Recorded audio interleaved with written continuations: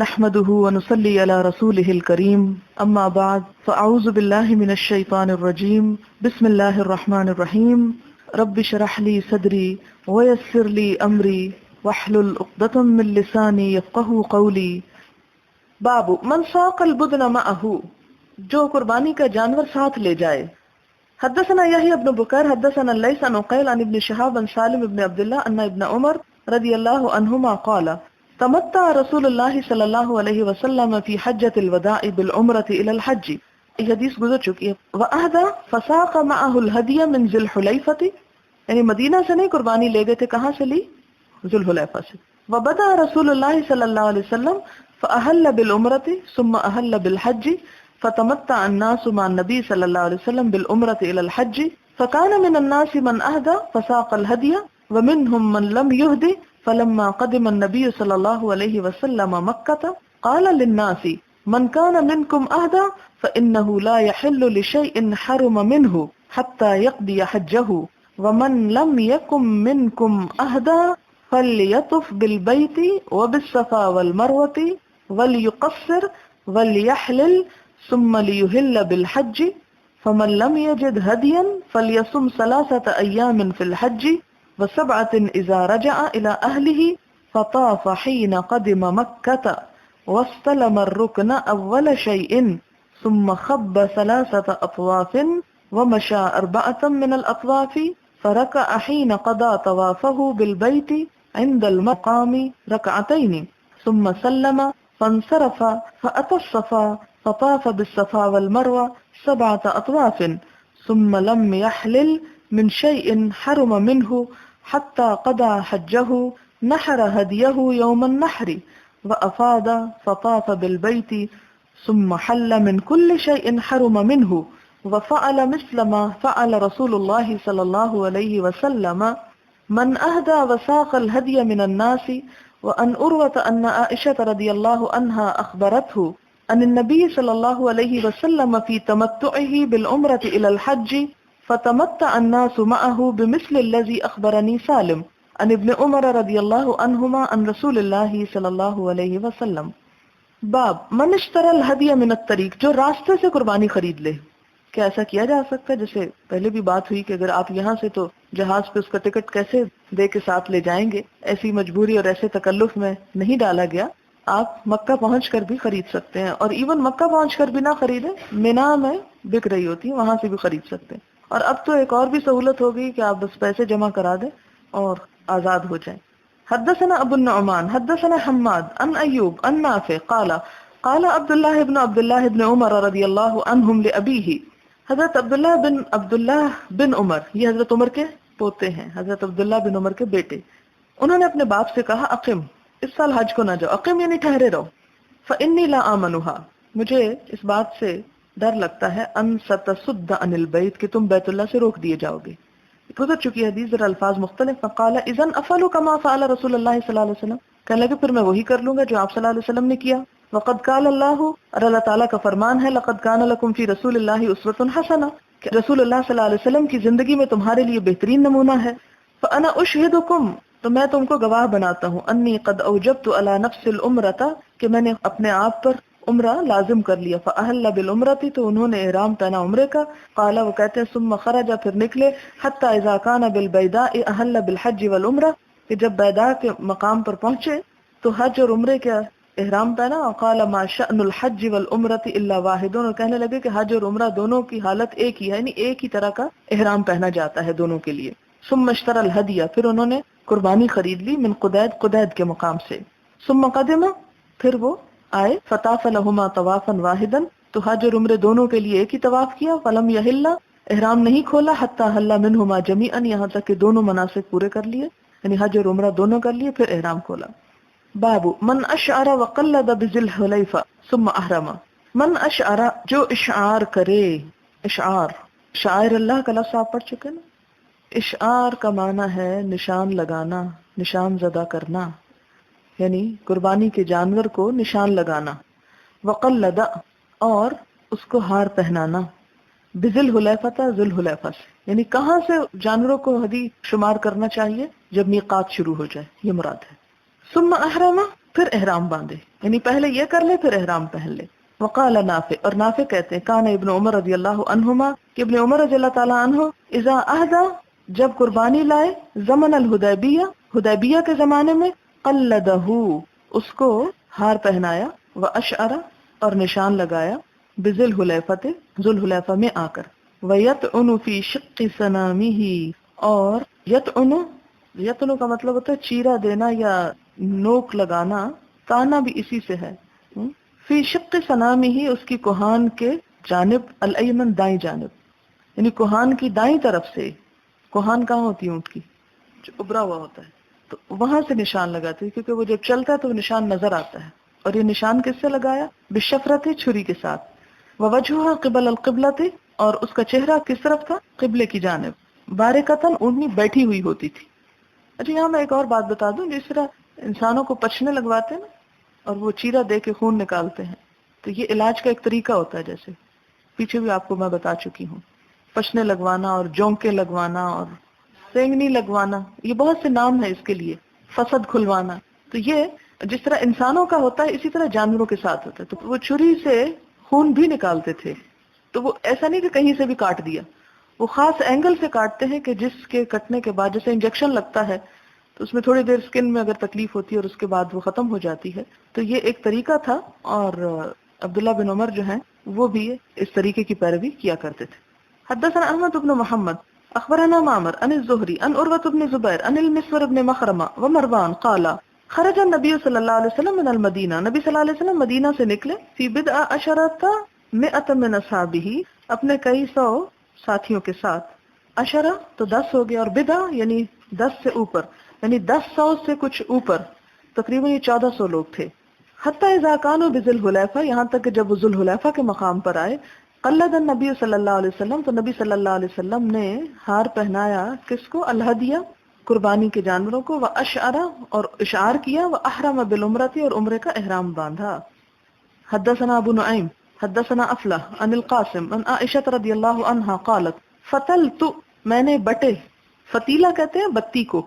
آپ نے یہ کینڈل تو دیکھی ہوگی اگر کچھ اور نہیں تو، کینڈل کے اندر ایک وہ جو دھاگا ہوتا ہے، وہ دھاگا کس قسم کا ہوتا ہے؟ یعنی لپٹا ہوا، بٹا ہوا دھاگا ہوتا ہے۔ اسی طرح آپ نے لیمپ دیکھا ہوگا، لیمپ کے اندر بھی جو بتی ہوتی ہے، اسی طرح رسی آپ نے دیکھی ہوگی، تو فتیلہ رسی کو کہتے ہیں، کینڈل کے اندر یا لیمپ کے اندر جو ہوتی ہے وہ بھی ایک طرح کی رسی ہوتی ہے۔ تو فتلہ کا مطلب ہوتا ہے رسی بٹنا، جس طرح چٹیاں بناتے ہیں نا، تو اسی طرح رسی بٹنے کا بھی خاص طریقہ ہوتا ہے، اس میں بل دیے جاتے ہیں ایک خاص سٹائل سے۔ فتلتو، میں نے بٹی، قلائدہ، ہار، بٹے ہار، بدل نبی صلی اللہ علیہ وسلم، نبی صلی اللہ علیہ وسلم کے جانور کے، یعنی اونٹ وغیرہ کے، حضرت عائشہ نے خود بٹ کے دی، بیدیہ، اپنے ہاتھوں سے، ثم قلدہ، پھر آپ نے اس کو ان کے گلے میں ڈالا، واشعرہا، اور ان کو اشعار کیا، واہداہا، اور انہیں روانہ کیا، وما حرم علیہ شیء کان احل لہ، آپ صلی اللہ علیہ وسلم نے کسی بھی ایسی چیز سے جو حلال تھی اس سے پرہیز نہیں کیا، اس کو اپنے اوپر حرام نہیں کیا، یعنی آپ خود مدینہ میں رہے اور قربانی کے اونٹوں کے گلے میں ہار ڈال کر اور اشعار کر کے انہیں مکہ بھیج دیا۔ یعنی دونوں ہی طریقے ٹھیک ہیں کہ قلادہ پہنانا اور اشعار، یہ میقات پر پہنچ کر بھی کیا جا سکتا اور روانہ ہوتے وقت بھی، یعنی اگر اشعار حرام ہوتا تو آپ کبھی ایسا نہ کرتے، یا قلادہ پہنانا منع ہوتا تو آپ ایسا نہ کرتے، لیکن آپ نے سب ایسے کام کیے کہ جو درست تھے، اور کسی بھی درست کام کو اپنی مرضی سے ناپسندیدہ قرار نہیں دیا۔ یہاں ایک اور بات یاد رہے کہ اشعار کا معنی آپ نے دیکھ لیا، اور یہ اون کی رسی سے بٹ کے ہار بنانا، جو تقلید ہوتی ہے وہ اور ہوتی ہے، تقلید کہتے ہیں جوتیوں کا ہار پہنانا۔ جی ہاں، یہ جو قلادہ کا لفظ ہے نا، یہ خاص طور پر جوتوں کے ہار کے لیے استعمال ہوتا ہے، یہ نہیں کہ 10-12 جوتے ڈال دیے جائیں، سے 1 یا 2 بھی کافی ہوتا ہے۔ یہ اصل میں ایک نشان تھا اور جاہلیت کے دور سے چلا آ رہا تھا، اور اس کو منع نہیں کیا گیا۔ یہ آپ دیکھیں کہ شاعر اللہ کی جو تعظیم ہے وہ تو لازم ہے، لیکن اب آپ سوچیں گے کہ اس جوتے کا ہار تو ایک رسوائی کی بات ہے، لیکن وہ چونکہ نشان کے طور پر تھا اس لیے اس کو ایسا ہی رہنا دیا گیا۔ ایک نشان جب عام ہو جاتا ہے تو وہ نشان خواہ بظاہر درست نہ بھی ہو یا اس میں کوئی بہت بڑی قباحت نہ ہو، چونکہ وہ ایک معروف نشان تھا سب عربوں کے درمیان، تو اس کو اسی طرح رہنے دیا گیا، کیونکہ ہدی کے جانوروں کو پھر وہ لوٹتے نہیں تھے۔ آپ کو یہ تو معلوم ہے نا کہ عربوں کے ہاں لوٹ مار بہت ہوتی تھی، یہ قلادے پہنائے بھی اسی لیے جاتے تھے کہ لوٹ مار نہ ہو۔ اسی سے آپ دیکھیں کہ ہمارے ہاں بھی لفظ تقلید استعمال ہوتا ہے، تو یہ بھی اسی سے ہی ہے، یعنی اس کا اصل جو ہے قاف لام دال کا یہی ہے۔ یہ لفظ اصل میں مشہور ہوا ہے، ایک اتباع سنت اور ایک اتباع کا بھی مطلب ہوتا ہے کسی کے فٹ سٹیپس کے پیچھے چلنا، تبع کا مطلب ہوتا ہے کہ جیسے کوئی چل کے گیا ہے تو جس رستے پہ اس نے قدم رکھے انہی نشانوں پر قدم رکھتے ہوئے جانا، یعنی اس کو پوری طرح فالو کرنا، سٹیپ بائی سٹیپ فالو کرنا، چھوٹی چھوٹی چیز میں بھی فالو کرنا۔ اور ایک تقلید ہے، ہمارے ہاں عموماً اس پہ بہت لے دے ہوتی رہتی ہے اور لوگ اس میں بہت بحث وغیرہ بھی کرتے رہتے ہیں کہ تقلید کرنی چاہیے یا نہیں کرنی چاہیے۔ تو تقلید کا عموماً معنی جو ہوتا ہے ہمارے ہاں وہ یہ کہ کسی ایک امام کا آپ دامن پکڑ لیں اور جو وہ کہے وہ آپ کریں، لیکن اصل یہی ہے۔ آج کل تو اب یہ ہے کہ سفر میں ساتھ لے جانے کا رواج ہی ختم ہو گیا ہے، ایک طرح سے اب نہیں ڈالے جاتے۔ اب وہاں پر جیسے وہ یہاں بھی آپ نے دیکھا ہوگا نا، عید کے موقع پہ ان کے اوپر مہندی یا کلر یا اس طرح کی کوئی چیزیں لگا دیتے ہیں نشان کے طور پر۔ اصل میں یہ علاقوں کی لوکل رسمیں بھی ہوتی ہیں نا۔ اب دیکھیں کہ جس طرح آپ بکروں کو پھولوں کے ہار ڈالتے ہیں یا مہندی سے اس کے اوپر عید مبارک لکھتے ہیں یا کوئی اور اس طرح کی چیزیں، تو یہ ہمارا ایک لوکل کلچر ہے، عربوں کا کچھ اور کلچر تھا۔ تو اس میں اصل چیز جو تھی وہ یہ کہ اس زمانے میں خصوصی طور پر آپ صلی اللہ علیہ وسلم کا جو حج تھا، حجۃ الوداع جس کو کہتے ہیں، وہی ایسا حج تھا جس میں ہر طرح کے شرک اور کفر سے پاک ہو گیا تھا حرم۔ لیکن اس سے پہلے جتنے بھی حج تھے اس میں مسلمان بھی تھے آس پاس رہنے والے اور غیر مسلم قبائل بھی تھے۔ تو جب لوگ کہیں سفر کر رہے ہوتے تھے تو وہ عام سی بات تھی، جیسے قرآن بھی کہتا ہے کہ لوگ اس کے آس پاس سے اچک لیے جاتے ہیں۔ اگر کوئی قافلہ گزر رہا ہوتا اور اس کو کوئی اور آ کے لوٹ لیتا تو لوٹ سکتا تھا، ان کے ہاں یہ ایک بڑی معروف بات تھی۔ لیکن دوسری طرف کیا ہوتا تھا کہ اگر اس کے گلے میں یہ ہار پہنے ہوئے ہوتے تھے تو اس کی وجہ سے وہ ان کو ہاتھ نہیں لگاتے تھے، ان کو پتا تھا کہ یہ ایک بہت بڑا جرم ہے، ایک مذہبی جرم سمجھا جاتا تھا۔ جیسے حرام مہینے ہیں، اسی طرح احرام پہنے ہوئے لوگ بھی کہ خاص سٹائل کا ڈریس جو تھا وہ بتاتا تھا کہ یہ عبادت کے لیے، عمرے یا حج کے لیے جا رہے ہیں۔ اور اسی طرح اگر جانور ہیں تو ان جانوروں کے اوپر ایسی علامتیں ہوتی تھی کہ جس کی وجہ سے وہ پہچان لیے جاتے تھے اور ان کو کوئی بھی نقصان نہیں پہنچاتا تھا۔ اور چونکہ ان کے ہاں مشہور یہی تھا، یعنی جوتا پہنا کے لے جانا، تو اس کو ختم نہیں کیا گیا۔ ہو سکتا ہے کہ کوئی اور ایسی چیز وہاں پر اویلیبل ہی نہ ہو، اور اگر آپ صلی اللہ علیہ وسلم اس کو فوری طور پر بدلتے بھی مثال کے طور پر، تو آپ دیکھیں کہ لوگ پھر بھی اس کو پہچانتے نہ۔ اب آپ یہ کہیں کہ جی جوتا پہنانا بری بات ہے، لیکن جوتا اتار کے اگر آپ کچھ اور پہنا رہے ہیں اور اس جانور کو نقصان پہنچ رہا ہے تو یہ بڑی بات ہے یا یہ بات؟ تو اس لیے اس کو اسی طرح رہنے دیا گیا۔ باب فتل القلائد للبدن والبقر، اونٹ اور گائے کے لیے قلادوں کا ہار بنانا، ہار بٹنا۔ حدثنا مسدد حدثنا يحيى عن عبيد الله قال اخبرني نافع عن ابن عمر عن حفصة رضي الله عنهم قالت قلت يا رسول الله ما شأن الناس حلوا۔ حضرت حفصہ کہتی ہیں میں نے نبی صلی اللہ علیہ وسلم سے عرض کیا کہ لوگوں کا کیا حال ہے کہ وہ حلال ہو گئے ہیں، ولم تحلل انت، اور آپ نے احرام نہیں کھولا۔ قال انی لبت رأسی، آپ نے فرمایا میں نے اپنے بالوں کو جما لیا، وقلدت ہدی، اور میں نے اپنے قربانی کے اونٹ کو ہار پہنا دیا۔ فلا احل حتى احل من الحج، تو میں حلال نہیں ہوں گا یہاں تک کہ حج کا احرام کھولوں، یعنی حج سے حلال ہو جاؤں، یعنی عمرے کے بعد نہیں بلکہ سارے مناسک کے بعد حلال ہوں گا۔ حدثنا عبداللہ ابن یوسف حدثنا اللیث حدثنا ابن شہاب عن عروة عن امرة بنت عبد الرحمن ان عائشة رضی اللہ عنہا قالت کان رسول اللہ صلی اللہ علیہ وسلم، کہ نبی صلی اللہ علیہ وسلم یہدی من المدینہ، ہدی لاتے تھے مدینہ سے،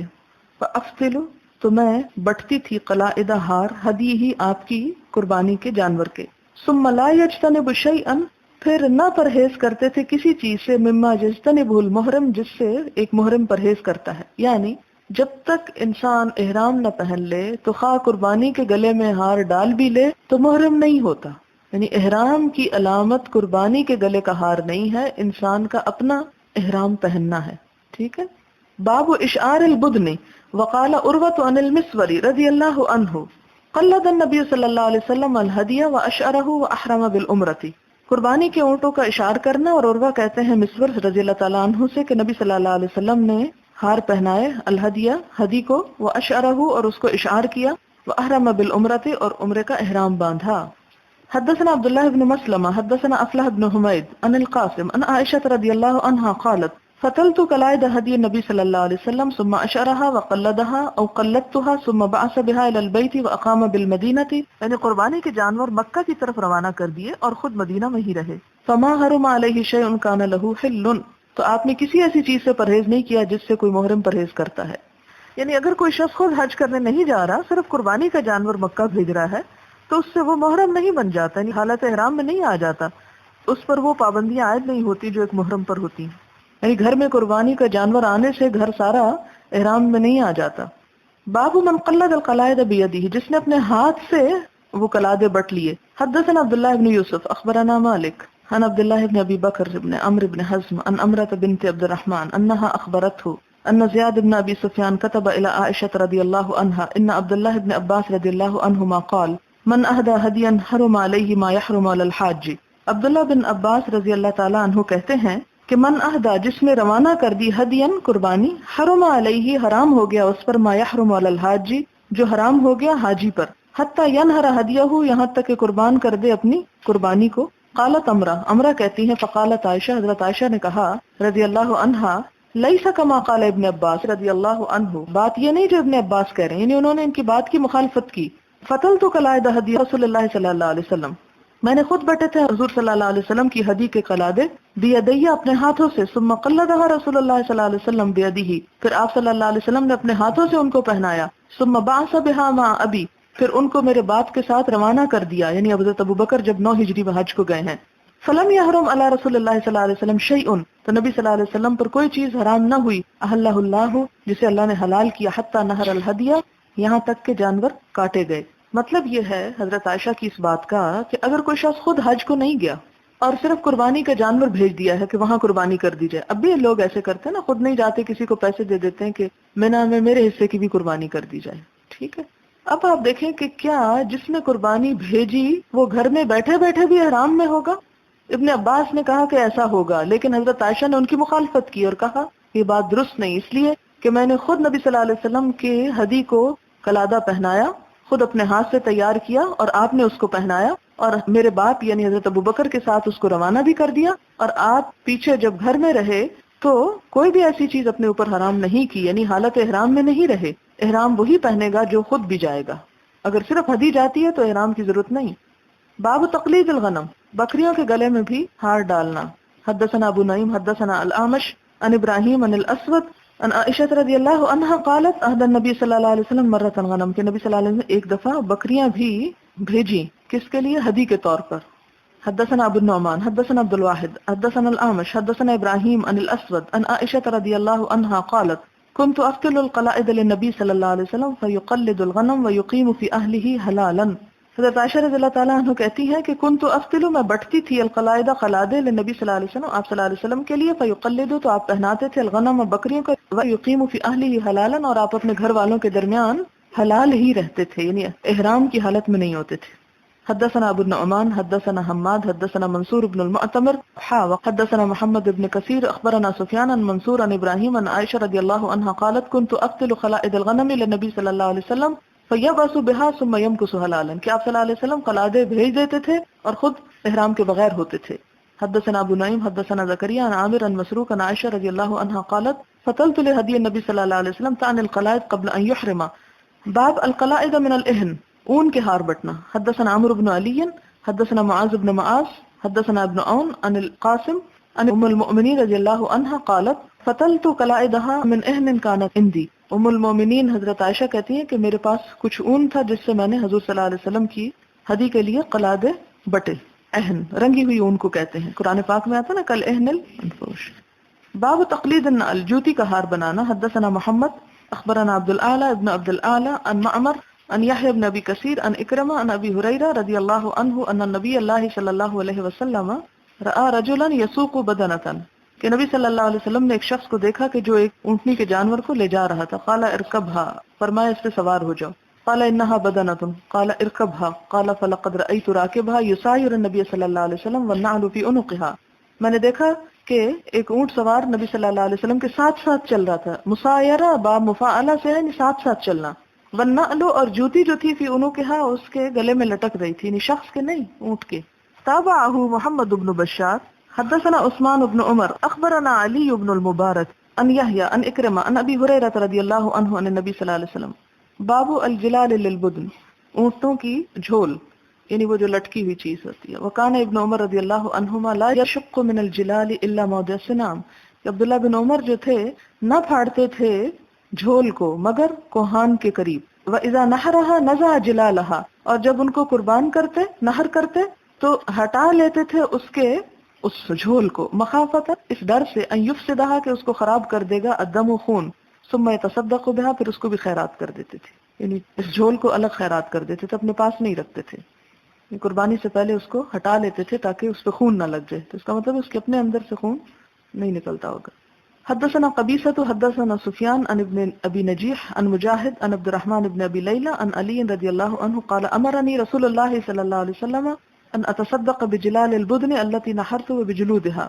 حضرت علی کہتے ہیں کہ مجھے حکم دیا نبی صلی اللہ علیہ وسلم نے کہ میں صدقہ کر دوں جھولوں کو اونٹوں کی، التي نحرت جن کو میں نے قربان کیا، وبجلودها اور ان کی کھال کو. اس سے بتانا کیا مقصد ہے، جیسے قربانی کا بکرا ہم ذبح کرتے ہیں تو ہمیں وہ کھال بیچنی نہیں چاہیے بلکہ اس کو خیرات کر دینی چاہیے، اور قصائی کو بھی اس کا عوض نہیں دے دینا چاہیے. یعنی اگر خیرات کر رہے ہیں قصائی ہی کو تو کوئی بات نہیں، لیکن یہ نہیں کہ آپ قربانی کروانے کی جو اجرت ہے وہ کھال کی صورت میں دے دیں، وہ نہیں. باب من اشترى هديه من الطريق وقلدها، جس نے راستے میں قربانی کا جانور خریدا اور اس کو ہار پہنا دیا. حدثنا ابراہیم بن المنذر حدثنا ابو دمرہ حدثنا موسى بن عقبہ النافع قال اراد ابن عمر رضی اللہ عنہما الحج عام حجۃ الحروریۃ، ابن عمر نے ارادہ کیا حج کا حجۃ الحروریۃ جس سال خارجیوں نے ارادہ کیا. حروری خارجیوں کو کہتے ہیں، ایک جگہ تھی حرورا جہاں کے رہنے والے تھے. فی عہد ابن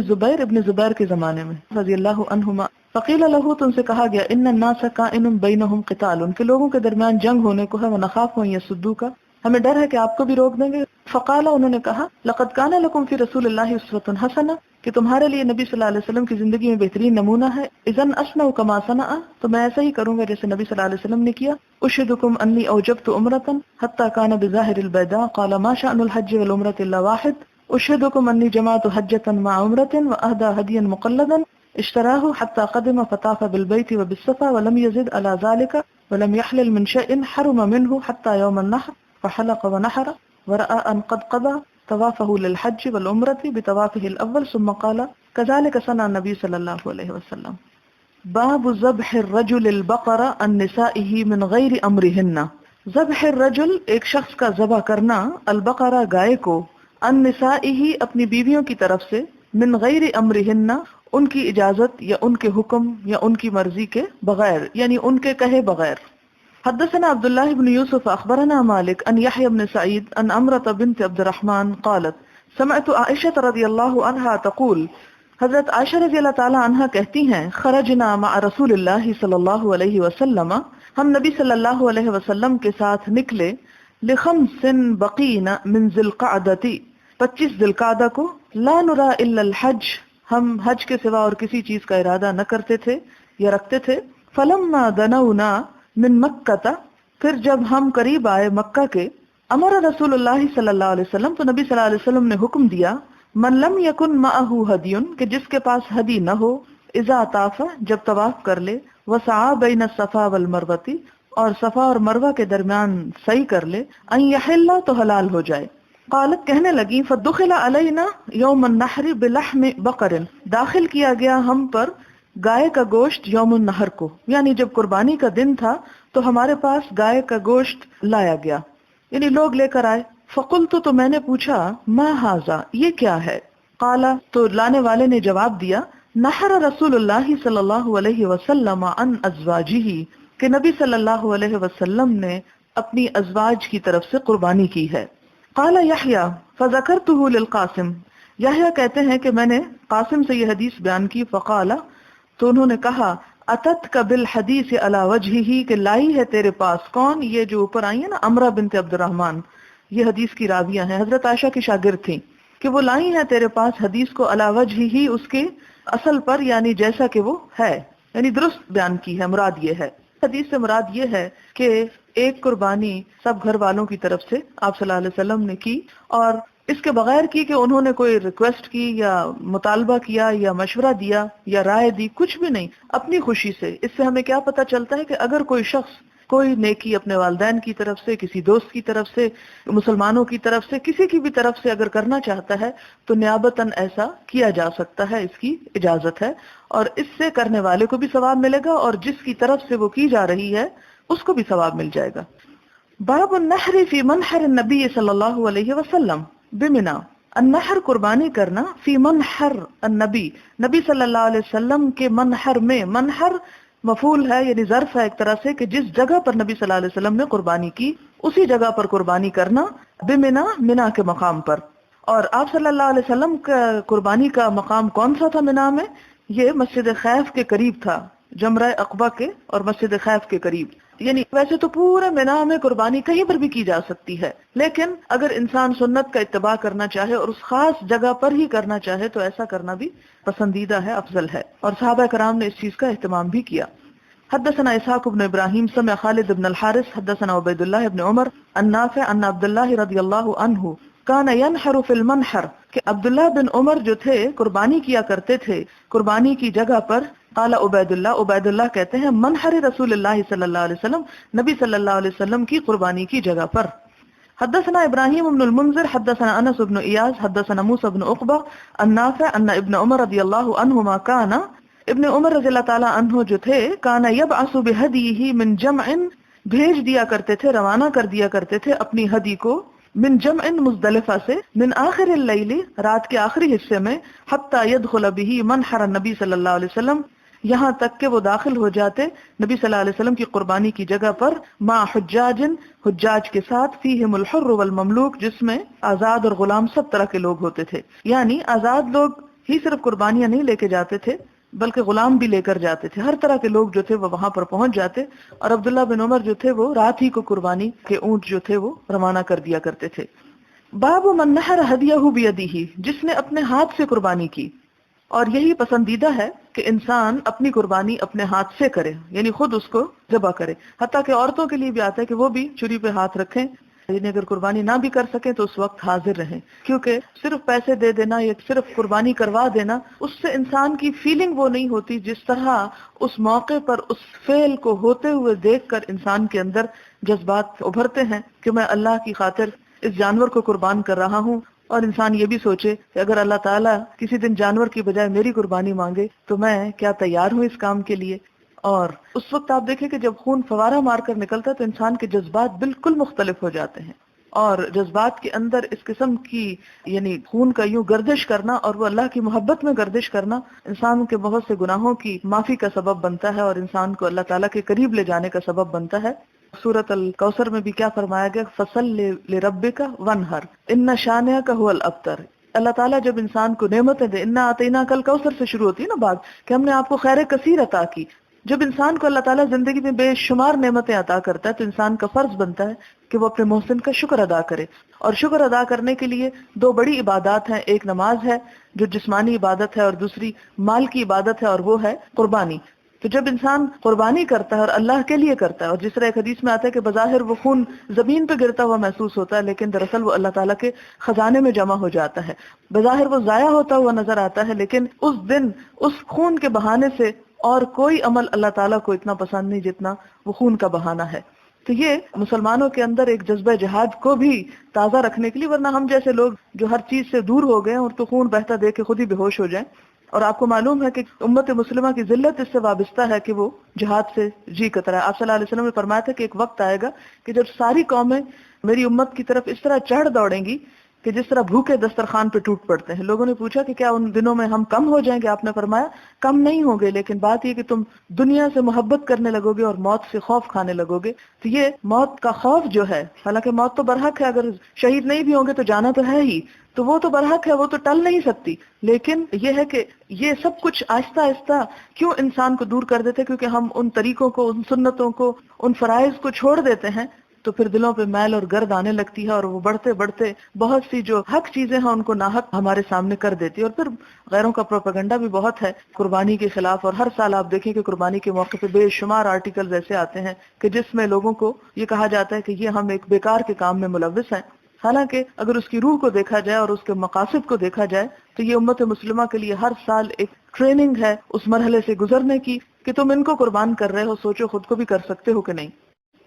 باب من نحر ہدیہ بیدہ، جو اپنے ہاتھ سے قربانی کرے۔ حدثنا سہل بن بکار حدثنا وہیب عن ایوب عن ابی قلابۃ عن انس وذکر الحدیث قال ونحر النبی صلی اللہ علیہ وسلم بیدہ 7 بدن، کہ نبی صلی اللہ علیہ وسلم نے 7 اونٹوں کو ذبح کیا قیامن کھڑے کر کے۔ وضحى بالمدینہ کبشین، اور آپ نے مدینہ میں 2 مینڈھوں کو قربان کیا، املحین جو چتکبرے تھے، اقرنین سینگوں والے تھے۔ مختصراً یعنی حدیث مختصراً بیان ہوئی ہے۔ باب نحر الابل مقیدتاً، اونٹوں کو ذبح کرنا باندھ کر، یعنی یہ نہ ہو کہ اس کو ذبح کیا جائے اور پھر وہ ایسے ہی چھوڑ دیا جائے اور وہ بھاگ جائے اور کہیں جا کے گر جائے، کیونکہ ظاہر ہے کہ ایک دفعہ جب وہ لگتا ہے اس کے اندر تیر تو تھوڑی تکلیف تو ہوتی ہی ہے، لیکن اس کے بعد جب خون بہنے لگتا ہے اور وہ سینس لیس ہو جاتا ہے تو وہ سب کچھ ختم ہو جاتا ہے اس کے لیے۔ جیسے کہا جاتا ہے نا کہ انسان جب اللہ کی راہ میں، وہ بھی اللہ کی راہ میں ایک طرح سے شہید ہی ہو رہے ہوتے ہیں، انسان جب اللہ کی راہ میں شہید ہوتا ہے تو کہا جاتا ہے کہ بس اتنی تکلیف ہوتی ہے کہ جیسے ایک چیونٹی جو ہے وہ انسان کو کاٹ جائے،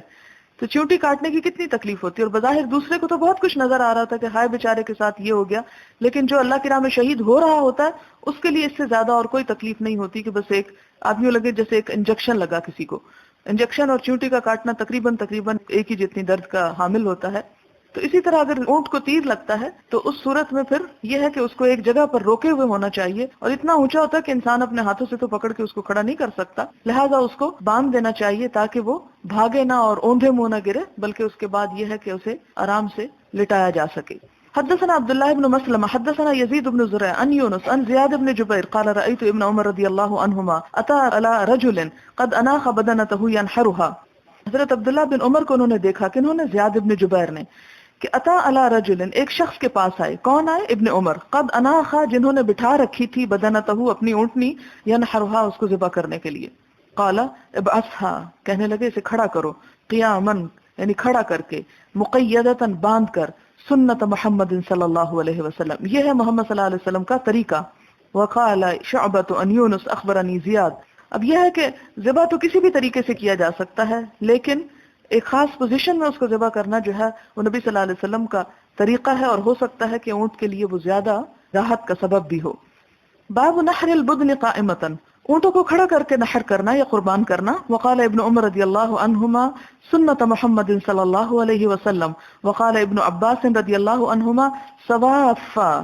یعنی ابن عباس کہتے ہیں کہ قرآن پاک میں جو لفظ آتا ہے صوافا تو اس کا مطلب ہی ہے قیامن یعنی کھڑا کر کے، کیونکہ صف باندھ کر قطار میں، اس سے مرادی کہ قطار کب بنتی ہے؟ جب انسان کھڑا ہو۔ حدثنا سهل بن بكار حدثنا وهيب عن ايوب عن ابي قلابة عن انس رضي الله عنه قال صلى النبي صلى الله عليه وسلم الظهر، حضرت انس رضی اللہ تعالیٰ عنہ کہتے ہیں کہ نبی صلی اللہ علیہ وسلم نے ظہر کی نماز پڑھی بالمدینہ 4 مدینہ میں 4 رکعت، والعصر بذی الحلیفہ رکعتین، اور عصر کی نماز ذو الحلیفہ میں 2 رکعتیں، فبات بها پھر وہاں رات گزاری، فلما اصبح جب صبح ہوئی، رکب راحلتہ تو اپنی سواری پہ سوار ہو گئے، فجعل یہلل ویسبح تو آپ تہلیل و تسبیح کر رہے تھے، یعنی یہلل کا مطلب لا الہ الا اللہ پڑھنا، اور یسبح کا مطلب سبحان اللہ پڑھنا۔ فلما علی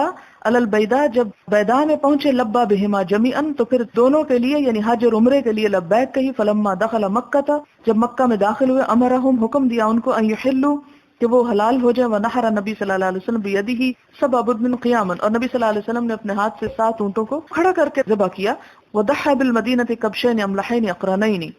حدثنا مسدد حدثنا اسماعیل عن ایوب عن ابی قلابہ عن انس بن مالک رضی اللہ عنہ قال صلى النبي صلى الله عليه وسلم الظهر بالمدينة 4 والعصر بذي الحليفة ركعتين، وعن أيوب عن رجل عن أنس رضي الله عنه ثم بات حتى أصبح فصلى الصبح ثم ركب راحلته حتى إذا استوت به البيداء أهل بعمرة وحجة۔ باب لا يعطي الجزار من الهدي شيئا، لا يعطي نہ دے الجزار قصائی کو یا قصاب کو، من الہدی قربانی میں سے، شیئن کوئی چیز۔ اس کا یہ نہیں مطلب کہ اس کو ہدیتاً بھی کوئی چیز آپ نہیں دے سکتے، مراد اس سے یہ ہے کہ اس کو اس کی مزدوری کے طور پر، اجرت کے طور پر آپ کوئی چیز اسے نہیں دے سکتے اس میں سے، کیونکہ گوشت کی تقسیم جیسے اور لوگوں کو آپ کرتے ہیں اسی طرح اگر قصائی کو دے دیتے ہیں تو کوئی حرج نہیں۔ حدثنا محمد بن ابي كثير اخبرنا سفيان قال اخبرني ابن ابي نجيح عن مجاهد عن عبد الرحمن بن ابي ليلى عن علي رضي الله عنه قال، حضرت علی رضی اللہ تعالیٰ عنہ کہتے ہیں، بعثني النبي صلی اللہ علیہ وسلم، نبی صلی اللہ علیہ وسلم نے مجھ کو بھیجا، فقمت علی البدن، تو میں کھڑا ہوا قربانی کے اونٹوں پر، فامرنی، تو آپ نے مجھے حکم دیا، فقسمت لحومها، میں نے ان کے گوشت تقسیم کیے، ثم امرنی، پھر آپ نے مجھے حکم دیا، فقسمت جلالها، تو میں نے ان کی جھولیں ان کو بھی تقسیم کیا، وجلودها، اور ان کی کھالوں کو بھی، یعنی یہ غریبوں کو تقسیم کر دی گئی یہ چیزیں. وقال سفیان وحدثني عبد الكريم عن مجاهد عن عبد الرحمن بن ابي ليلى عن علي رضي الله عنه قال امرني النبي صلی اللہ علیہ وسلم، کہ نبی صلی اللہ علیہ وسلم نے مجھے حکم دیا، فقمت علی البدن، تو میں اونٹ پر کھڑا ہوا، یعنی ان کا انتظام کرنے کے لیے، ولا اعطي عليها شيئا في جزارتها، اور مجھے کیا حکم دیا کہ میں نہ دوں اس پر کوئی بھی چیز اس کے کسائی کی مزدوری میں. جزارہ یعنی وہ جو کاٹتا ہے گوشت کو. اور آپ کو یہ معلوم ہوگا کہ حجۃ الوداع میں حضور صلی اللہ علیہ وسلم نے 100 اونٹوں کی قربانی کی تھی، اور کہا یہ جاتا ہے کہ 63 کو آپ نے اپنے ہاتھ سے نہر کیا تھا، اور باقی اونٹوں کو حضرت علی رضی اللہ تعالیٰ نے آپ کی طرف سے نیابتاً نہر کیا تھا. اب آپ سوچ رہے ہوں گے کہ آپ کے پاس اتنے اونٹ کہاں سے آئے، آپ تو مالدار تھے نہیں. اللہ کی راہ میں دینے کے لیے آپ بہت مالدار تھے. بہت سے لوگ جب حضور صلی اللہ علیہ وسلم کے بارے میں پڑھتے ہیں کہ کھانے کو نہیں تھا، پہننے کو نہیں تھا، گھر میں کچھ نہیں تھا، تو وہ سمجھتے ہیں کہ جیسے مادر پدر نعوذ باللہ فقیر تھے اور فقیر ہی رہے اور ساری زندگی کچھ پاس نہیں آیا. بات یہ نہ تھی. آپ کو میں پہلے بھی بتا چکی ہوں، اور آپ کے ذہن میں یہ بات بالکل واضح ہونی چاہیے کہ آپ صلی اللہ علیہ وسلم کا یہ فقر اختیاری تھا. آپ کا خمس میں سے بھی حصہ آتا تھا، اور جتنا بھی مال آتا تھا آپ کے حصے کا یا آپ کا یا ہدیتاً یا جو کچھ بھی، یعنی جس طریقے سے بھی، رات نہ گزرنے دیتے تھے کہ اس کو تقسیم کر ڈالتے تھے. کوئی چیز بچاتے نہیں تھے. اگر وہ بھی بچا کے جمع کر کے ہماری طرح رکھتے تو وہ بھی پھر بہت بڑے شہنشاہ ہوتے، بادشاہ ہوتے، جس طرح دنیا کے عام بادشاہ ہوتے ہیں کہ بہت کچھ یعنی عیش و عشرت کے سامان اپنے لیے پیدا کر دیتے. لیکن آپ صلی اللہ علیہ وسلم نے ایسا نہیں کیا، اور عموماً لوگ اس پر پریشان ہوتے ہیں کہ یہ راستہ بہت مشکل ہے. اسی لیے آپ دیکھیں کہ آپ نے اپنے لیے تو وہ چیزیں پسند کی، لیکن امت کو اجازت نہیں دی کہ وہ بھی اسی طرح سب کچھ دے ڈالیں. اور پیچھے باب الزکوٰۃ میں آپ یہ سب کچھ پڑھ چکے ہیں کہ امت کو کیا کہا کہ اگر ول بھی کرنا ہے تو 1/3 میں کرو، اس سے زیادہ آپ کسی کو نہیں دے سکتے. چھوڑتے تو چھوڑو، وارثوں کے لیے چھوڑ دو. اور آپ نے سورۃ بنی اسرائیل میں پڑھا ہوگا کہ مال کس طرح خرچ کرو، نہ تو بالکل اپنا ہاتھ کھول دو اور نہ ہی اسے جکڑ کے رکھو، بلکہ درمیان کا راستہ اختیار کرو. تو اسلام میں انشاءاللہ آپ بعد میں بھی پڑھیں گے کہ مال کے بارے میں اسلام کا نقطہ نظر کیا ہے وقتاً فوقتاً، کیونکہ مال سب سے بڑا فتنہ بھی ہے اور سب سے بڑی انسان کی ضرورت بھی ہے کہ جس کے بغیر جینا مشکل ہو جاتا ہے. اور فقر کے بارے میں بھی کہا گیا کہ کفر میں انسان کو مبتلا کر سکتا ہے. تو نہ تو مالدار ہونا برا ہے اور نہ فقیر ہونا بہت اچھا ہے. اصل بات یہ ہے کہ انسان کے پاس جو کچھ ہو حلال سے آئے، حلال طریقوں پر اسے استعمال کرے. ہے تو اللہ کی نعمت سمجھے، نہیں تو شکر کرے. جس حال میں بھی رب رکھے، رب کی اطاعت میں کوئی فرق نہ آئے. لیکن یہ سوچنا کہ نبی صلی اللہ علیہ وسلم کے پاس سرے سے ہی تھا کچھ نہیں، تو یہ بات غلط ہے. پہلے جو کچھ تھا حضرت خدیجہ کے ساتھ جب مل کے تجارت کرے تھے، اور آپ کو معلوم ہے حضرت خدیجہ مکے کی مالدار ترین خاتون تھی، تو جو کچھ تھا ان کے پاس بہت اچھے حالات میں تھے. لیکن جب اسلام کی تعلیم اور تبلیغ اور یہ سب کام شروع کیے تو ہم دیکھتے ہیں کہ وہ سب کا سب اس راہ میں چلا گیا. یعنی گھر سے خرچ کر کے انہوں نے سب کچھ لوگوں کو یعنی دیا. پھر اس کے بعد بھی آپ دیکھیں کہ حالات اس نوبت پہ آپ پہنچے کہ واقعی کچھ کھانے کو نہیں ہوتا تھا، اور 2 ماہ چولہا نہیں جلتا تھا کیونکہ سب کچھ لگ چکا. پھر مدینہ میں آئے تو یہاں پر بھی آپ دیکھیں ابتدا میں جنگ پہ جنگ آ رہی ہے اور سب کچھ لگا چلا جا رہا ہے. اور نہ صرف آپ بلکہ آپ کے ساتھ اور بھی جو مخلص ساتھی تھے وہ سب بھی کنگال ہو گئے ایک طرح سے. لیکن اس کے بعد جو فتوحات کا دور شروع ہوا اور بے شمار مال آنے لگا، تو جب آنے بھی لگا تو آپ نے اپنی روٹین وہی رکھی، اور جو آتا تھا اس کو آپ خیرات کر. آپ نے وہ حدیث بھی پڑھی ہوگی کہ جس میں آپ صلی اللہ علیہ وسلم ایک روز نماز کے بعد جلد سلام پھیر کے فوراً گھر جاتے ہیں، اور لوگ حیران ہوتے ہیں کہ اتنی جلدی کیوں گئے ہیں. تو واپس آ کے لوگوں کو بتاتے ہیں کہ وہ سونے کی ایک ڈلی رکھی تھی اور میں نہیں چاہتا تھا کہ وہ میرے گھر میں رات گزارے، اور اس کو آپ نے تقسیم کر دی. یعنی جو کچھ ہوتا تھا فقراء پہ تقسیم کرتے چلے جاتے تھے. تو یہاں پر بھی ہم دیکھتے ہیں کہ جب اللہ کی راہ میں دینے کا وقت ہے، حالانکہ اگر آپ اونٹ کا 1/7واں حصہ بھی دیتے تو آپ کا حج بھی ہو جاتا اور آپ کی قربانی بھی ہو جاتی، لیکن آپ نے خوشی سے اور اللہ کی راہ میں صدقہ کرنے کے لیے اور اللہ کی راہ میں بہترین مال دینے کے لیے ایک بہترین مثال قائم کی. اور پھر آپ دیکھیں کہ اس دور میں یہ بد انتظامی نہ تھی. ظاہر ہے آپ کے ساتھ کئی ہزار صحابہ کرام جو تھے وہ حج پہ تھے، تو 100 اونٹ وہاں کیا کرتے ہیں، اور سب اس قابل ہو سکتا ہے کہ نہ ہو کہ وہ اپنے اپنے اونٹ لے کر جائیں اور قربانی کریں، کیونکہ یہ اجازت تھی جو قربانی نہ کر سکے وہ کیا کرے، روزے رکھ لے. تو اب آپ دیکھیں کہ ایک طرف فقراء ہیں ساتھ وہ بھی حج پہ ہیں کہ آنے کے لیے اگر سواری پہ بیٹھ کے آئے ہیں، اور اگر وہ سواری کا اونٹ ذبح کر کے چلے جائیں تو واپسی پہ کس پہ بیٹھیں. تو آپ صلی اللہ علیہ وسلم نے ایک طرح سے خود یہ سب کچھ قربان کیا تاکہ جتنے بھی لوگ اس میں شریک ہیں وہ سب بہترین طریقے سے کھا پی سکیں. کیونکہ قرآن پاک میں جہاں یہ آیات آتی ہیں تو اس میں آتا ہے کہ وَأَطْعِمُ الْقَانِعَ وَالْمُعْتَرَّ، کہ سوالی کو بھی دو، اور جو شخص مانگ رہا ہے اور ہے اس کے پاس لیکن مزید اکٹھا کر رہا ہے تو اس کو بھی دو۔ آپ بھی دیکھیں، آپ مکہ میں بہت سے لوگ صرف گوشت لینے کے لیے پہنچ جاتے ہیں اور کئی کئی دن کا وہ سکھا کے رکھتے ہیں اور اس کو استعمال کرتے رہتے ہیں۔ یہاں پر بھی بہت باتیں کی جاتی ہیں کہ یہ ویسٹ ہوتا ہے اور بہت سا سرمایہ ضائع ہو جاتا ہے، حالانکہ اگر آپ غور کریں تو آپ دیکھیں گے کہ جتنی کسی چیز کی کھپت ہوتی ہے اتنی اس کی تیاری بھی ہوتی ہے، اس کی پروڈکشن بھی اتنی ہوتی ہے۔ آپ دیکھیں کہ یہ جانور کون لوگ پالتے پوستے ہیں؟ وہ جو غریب ہوتے ہیں، فقیر ہوتے ہیں، اور ان کے پاس اور کچھ نہیں، ان کی کمائی یہ ہوتی ہے کہ سال بھر وہ جانور پالتے ہیں اور اس کے بعد یہ ہے کہ وہ لا کے بیچتے ہیں۔ اور اگر آپ اس لیے نہ خریدیں جی نہیں ہم تو غریبوں کو پیسے دے رہے ہیں، تو وہ بھی تو غریب ہیں کہ جو محنت کر کے لائے ہیں، آپ نے ان محنت کرنے والوں کو ڈسکریج کیا، اور آپ کیا کر رہے ہیں کہ اپنے سرمایہ کو کسی اور خیال سے کہیں اور دے رہے ہیں اور یہ نہیں دے رہے۔ یعنی بعض اوقات انسان صرف وقتی طور پر یہ سوچ کر کہ اچھا میں کہیں اور دے دوں گا، اور پھر نہ ادھر دیتا اور نہ ادھر دیتا، یہ صرف شیطان کی ایک چال ہوتی ہے جو انسان کو کام کرنے سے، یہ ایک نیت کو بدلنے میں مدد دیتی ہے۔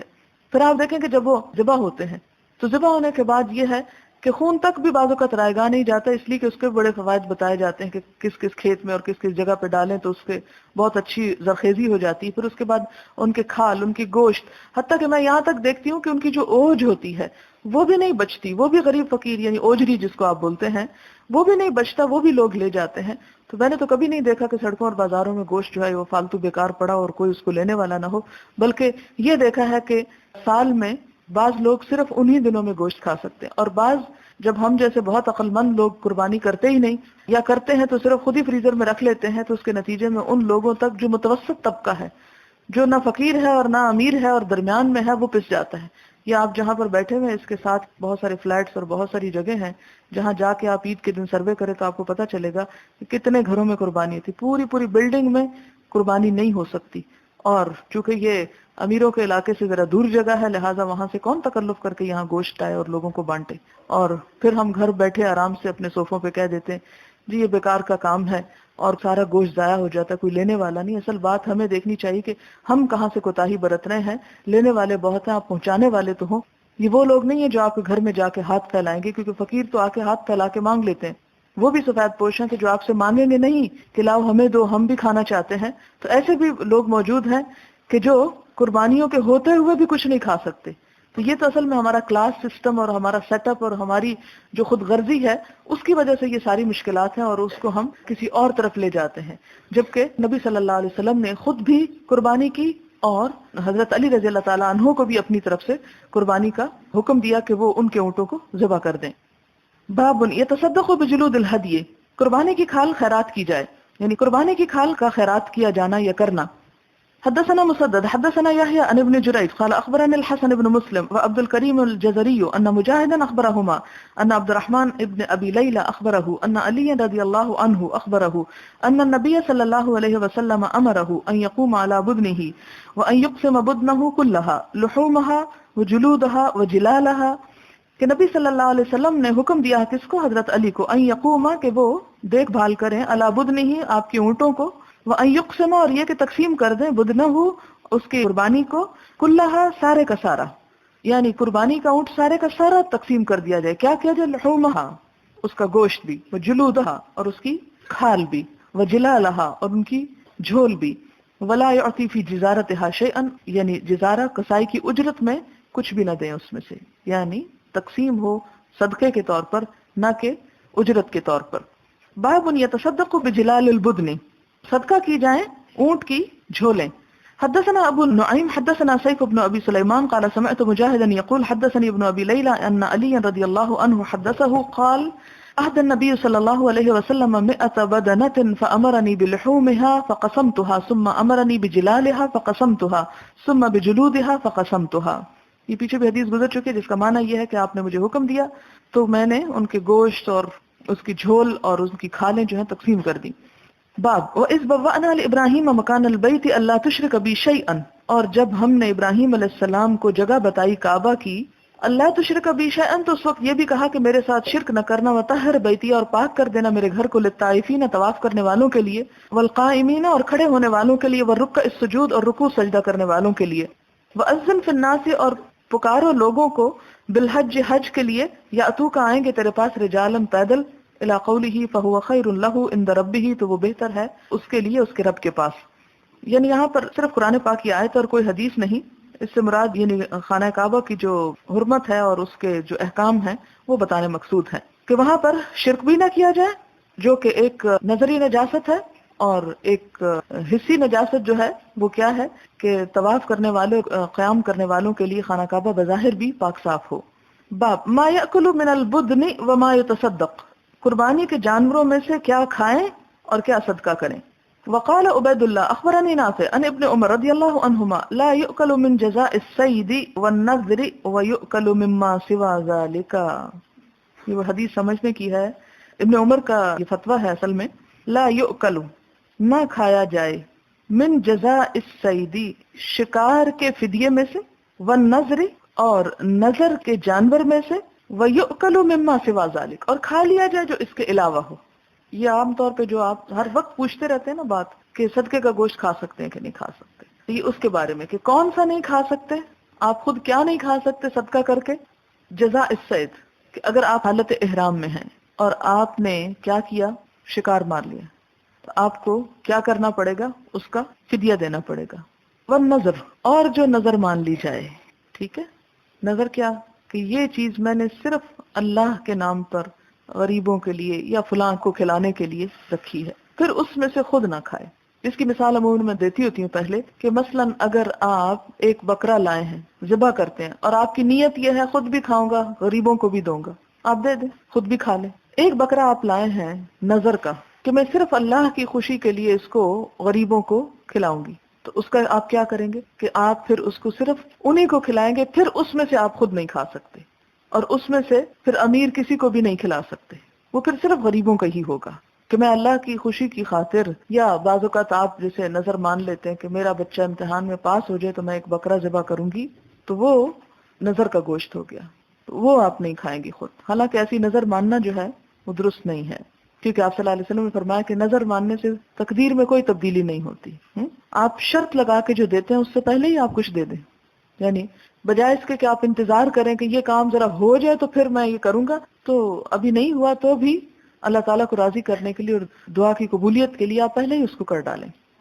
وقال عطا کہتے ہیں یأکل ویطعم من المتعۃ، کہ کھائے اور کھلایا جائے من المتعۃ تمتع کی قربانی میں سے، متعۃ یعنی قربانی میں سے، حج تمتع کی قربانی میں سے، یعنی قربانی کا گوشت کھایا جا سکتا ہے، کھلایا جا سکتا ہے، مراد یہ ہے۔ حدثنا مسدد حدثنا يحيى عن ابن جريج حدثنا عطاء سمع جابر بن عبد الله رضی اللہ عنہما يقول كنا لا نأكل، کہتے ہیں کہ ہم نہیں کھایا کرتے تھے، من لحوم بدننا اپنے قربانی کے جانوروں کا گوشت، فوق 3 منن 3 دنوں کے بعد جو منا میں گزرتے، یعنی منا کے 3 دنوں کے بعد وہ گوشت نہیں کھاتے تھے۔ فرخص لنا النبی صلی اللہ علیہ وسلم فقال، تو آپ صلی اللہ علیہ وسلم نے ہم کو رخصت دی، فرمایا کلو کھاؤ، وتزودوا اور توشے کے طور پہ ساتھ لے جاؤ، زاد راہ لے جاؤ، فاکلنا وتزودنا تو ہم نے کھایا بھی اور ساتھ بھی لے گئے۔ قلت لعطا قال حتى جئنا المدینہ، میں نے عطا سے پوچھا کہ یہاں تک کہ مدینہ پہنچے، قال لا، کہنے لگے نہیں، یعنی مدینہ تک تو ساتھ نہیں آیا تھا، لیکن یہ کہ رستے میں سفر میں ہم کھاتے رہے۔ اس سے کیا پتہ چلتا ہے کہ قربانی کا گوشت خود بھی کھایا جا سکتا ہے، اور صرف ضروری نہیں کہ جس دن آپ قربانی کریں تو اسی دن کھائیں اور اگلے دن نہ کھائیں، یا صرف قربانی کے 3 دن کھائیں اور اس کے باقی دنوں میں نہ کھائیں، نہیں، جب تک آپ کا دل چاہے آپ اس کو کھا سکتے ہیں۔ پہلے زمانے میں اس کو سکھایا کرتے تھے اور اب اس کو فریز کر لیتے ہیں، تو مراد یہ کہ اگر کسی نے فریز کر لیا ہے اور 1 مہینے تک اس کو کھا رہا ہے تو بھی وہ کھا سکتا ہے۔ حدثنا خالد بن مخلد حدثنا سليمان قال حدثني يحيى قال حدثتني أمرة قالت سمعت عائشة رضي الله عنها تقول خرجنا مع رسول الله صلى الله عليه وسلم ل5 بقين من ذي القعدة ولا نرى إلا الحج حتى إذا دنونا من مكة أمر رسول الله صلى الله عليه وسلم من لم يكن معه هدي إذا طاف بالبيت ثم يحل، قالت عائشة رضي الله عنها فدخل علينا يوم النحر بلحم بقر فقلت ما هذا، فقيل ذبح النبي صلى الله عليه وسلم عن أزواجه، قال يحيى فذكرت هذا الحديث للقاسم فقال أتك بالحديث على وجهه، یہ پیچھے گزر چکی۔ باب الذبح قبل الحلق، سر منڈوانے سے پہلے قربانی کرنا، ذبح قربانی، قبل پہلے، حلق سر منڈوانا۔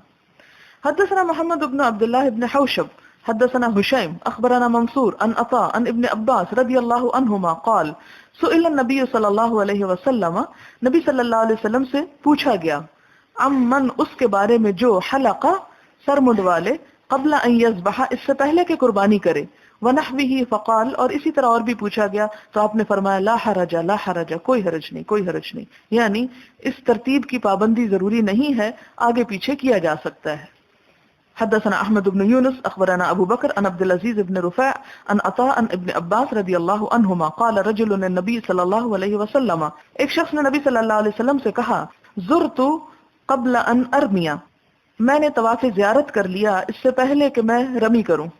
قال لا حرج، فرمایا کوئی بات نہیں۔ قال حلقت قبل ان اذبح، کہنے لگا میں نے سر منڈوا لیا اس سے پہلے کہ ذبح کروں۔ قال لا حرج، فرمایا کوئی بات نہیں۔ قال ذبحت قبل ان ارمیا، کہنے لگا کہ میں نے ذبح کیا اس سے پہلے کہ میں رمی کروں۔ قال لا حرج، فرمایا کوئی حرج نہیں۔ وقال عبد الرحیم الرازی عن ابن خثیم اخبرني عطاء عن ابن عباس رضي الله عنهما عن النبي صلى الله عليه وسلم وقال القاسم بن يحيى حدثني ابن خثيم عن عطاء عن ابن عباس عن النبي صلى الله عليه وسلم وقال عفان أراه عن وهيب حدثنا ابن خثيم عن سيد بن جبير عن ابن عباس رضي الله عنهما عن النبي صلى الله عليه وسلم وقال حماد عن قيس بن سعد عباد بن منصور عن عطاء عن جابر رضي الله عنه عن النبي صلى الله عليه وسلم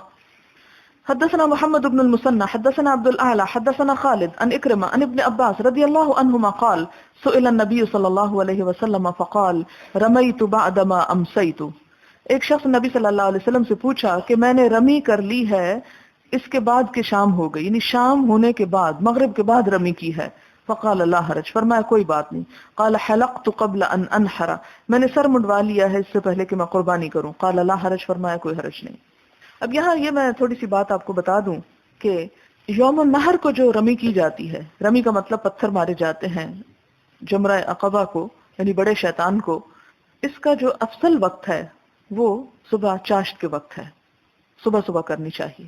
لیکن اگر کوئی شخص دن میں کسی اور وقت کرتا ہے تو بھی کیا فرمایا گیا؟ کوئی بات نہیں، کی جا سکتی، یعنی ایک ایسی بات نہیں کہ کوئی شخص حلال سے حرام میں آ پڑا، نہیں، ایک افضل وقت سے اگر غیر افضل میں آگے کسی مجبوری اور مشکل کی وجہ سے تو کوئی حرج نہیں ہے۔ پھر اسی طرح ہم دیکھتے ہیں کہ یوم النحر جو ہے اس میں 4 کام کرنے ہوتے ہیں، یعنی 10ویں تاریخ کو جس دن ہم یہاں عید منا رہے ہوتے ہیں نا، تو حاجی 4 کام کر رہے ہوتے ہیں۔ کون سے؟ رمی، قربانی، سر منڈوانا اور طواف زیارت، اور یہی اس کی ترتیب ہے جو نبی صلی اللہ علیہ وسلم سے ثابت ہے۔ سب سے پہلے رمی کی، پھر قربانی کی، پھر سر منڈوایا اور بعد میں طواف کے لیے گئے۔ اب آپ دیکھیں کہ اگر سب لوگ ایسے ہی کرنے لگے کتنا رش ہو جائے ہر جگہ پر۔ اگر سب پہلے رمی کرنے لگے تو ہر چیز الٹ جائے، بہت مشکل پڑ جائے۔ پھر سب قربان گاہ پہ آ جائے اور ہر شخص ذبح کر رہا ہے تو مشکل پڑ جائے، اور سب نائی کے پاس چلے جائیں تو لمبی لمبی لائنیں لگ جائیں، بہت مشکل پڑ جائے۔ تو آپ دیکھیں کہ دین میں کتنی سہولت ہے۔ اور اسی طرح اگر سب اکٹھے طواف پہ آ جائیں تو مشکل پڑ جائے، کوئی بھی کچھ نہ کر سکے۔ لہٰذا یہ ہے دین کی سہولت کہ ٹھیک ہے ایک ترتیب ہے، لیکن اگر ترتیب کے برعکس بھی ہو گیا تو اصل چیز ہے اس کام کا ہو جانا۔ بہت اچھا اگر کسی کو یہ نصیب ہو جائے، لیکن بعض اوقات آپ دیکھیں کہ آپ کے بس میں ہی نہیں رہتا، آپ کہیں پر روک دیے گئے، کہیں پر کوئی اور مشکل پیش آ گئی، آپ سر منڈوانا چاہتے ہیں کوئی نائی نہیں مل رہا، آپ طواف کرنا چاہتے ہیں سواری نہیں مل رہی، تو ایسی صورت میں آگے پیچھے ہونے میں حرج نہیں ہے۔ حدثنا عبدان قال اخبرني ابي عن شعبة عن قيس بن مسلم عن طارق بن شهاب عن ابي موسى رضي الله عنه قال قدمت على رسول الله صلى الله عليه وسلم وهو بالبطحاء، ابو موسیٰ اشعری کہتے ہیں کہ میں نبی صلی اللہ علیہ وسلم کے پاس آیا جبکہ آپ بطحا میں تھے، یہ مکہ کے پاس ایک جگہ ہے۔ فقال احججت، تو آپ نے پوچھا کیا تم نے حج کیا؟ قلت نعم، میں نے کہا جی ہاں۔ قال بما احللت، کہا تم نے کس بات کی نیت کی تھی؟ قلت، میں نے کہا لبیک باحلالک احلال النبی صلی اللہ علیہ وسلم، تو میں نے جب لبیک کے لیے پکارا تو کہا کہ میری نیت بھی وہی ہے جو نبی صلی اللہ علیہ وسلم کی ہے۔ قال احسنت، فرمایا تم نے اچھا کیا۔ انطلق، چلو، فطوف بالبیت، بیت اللہ کا طواف کرو، وبالصفا والمروہ، صفا مروہ کا طواف کرو۔ ثم اتیت امرأة من نساء بنی قیس، پھر میں بنی قیس کی ایک عورت کے پاس آیا۔ ففلت رأسی، تو اس نے میرے سر سے جوئیں نکالی۔ جی ہاں، بہت رش ہوتا ہے اور گرمی ہوتی ہے، پسینہ ہوتا ہے، تو وہاں ایک دفعہ جوؤں کا بھی دور آتا ہے، کیونکہ بہت دن جب سر بندھا رہتا، خصوصاً ہمارے لوگ جو نہانا کو بھی حرام سمجھتے ہیں اور سر کھولنے کو بھی، عورتیں کہ بس اب احرام پہن لیا تو سوتے جاگتے سر جو وہ ڈھکا ہی ہو، یہ سب تکلف ہیں، یعنی بالکل ایک نیچرل سی حالت ہے جس میں آپ وضو کے وقت یا نہاتے وقت آپ اگر سکارف اتار دیں تو کوئی قیامت نہیں آ جاتی۔ لیکن چونکہ لوگوں کو پتہ نہیں ہوتا، اس لیے وہ احرام باندھنا کو ایسا باندھتے ہیں کہ پھر وہ کھلتا نہیں بوقت ضرورت بھی، تو اس کے لازمی نتیجے میں یہ کام ہونا ہے پھر۔ تو اب آپ کہیں گے کہ یہ بنو قیس کی عورت کے پاس کیوں گئے جوئیں نکلوانے، کیا وہ بہت ماہر تھی؟ نہیں، بنو قیس ابو موسیٰ اشعری کا قبیلہ تھا، کوئی رشتہ دار خاتون ہوگی کہ جس کے پاس جا کے اپنی مصیبت رکھ سکیں۔ ثم احللت بالحج، کہتے کہ پھر میں نے حج کا احرام باندھا۔ فکنت افتی بہ الناس، اور میں لوگوں کو بھی یہی فتویٰ دیتا رہا حتی خلافت عمر رضی اللہ عنہ، حضرت عمر کی خلافت تک۔ فذکرتہ لہ، تو میں نے ان کو اس کا ذکر کیا، فقال، تو کہنے لگے، ان ناخذ بکتاب اللہ، اگر ہم اللہ کی کتاب کو لیں، فانہ یامرنا بالتمام، تو وہ ہمیں حکم دیتی ہے اتم الحج والعمرہ کا، یعنی حج اور عمرہ پورا کرو، تمام کرنے کا۔ وان ناخذ بسنت رسول اللہ صلی اللہ علیہ وسلم، اور اگر ہم نبی صلی اللہ علیہ وسلم کی سنت لیں، فان رسول اللہ صلی اللہ علیہ وسلم، تو نبی صلی اللہ علیہ وسلم لم یحل، حلال نہ ہوئے، حتی بلغ الہدی محلہ، یہاں تک کہ پہنچ گئی ہدی اپنی جگہ پر، یعنی چونکہ آپ نے قران کیا تھا اور قرآن کی آیت کی روح سے کیا ہے تمتع، تو اصل بات یہ نہیں کہ اس میں کوئی دونوں میں کنٹرڈکشن ہے، یعنی یہ بھی ہو سکتا ہے، یہ بھی ہو سکتا ہے۔